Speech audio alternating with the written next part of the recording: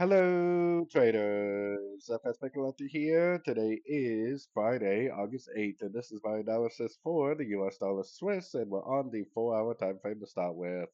So on the US dollar Swiss, if this is the end of a correction on the higher time frames, then it will go down and take out all these lows.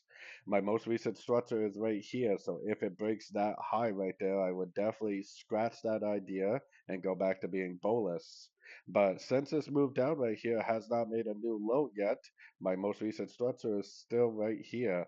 All these little structures right here definitely do not tell me anything if they get broken to the upside. So anyways, going down to the 1 hour time frame, definitely still recommending shorts. Very sideways weak for the most part for a lot of the dollar pairs, but it is definitely still in a downtrend. We definitely do not have a breaker structure to the upside at a Fibonacci level yet. This is the breaker structure that would turn me bullish. Unless that gets broken, I would definitely be looking at this move up as likely just a pullback within a downtrend.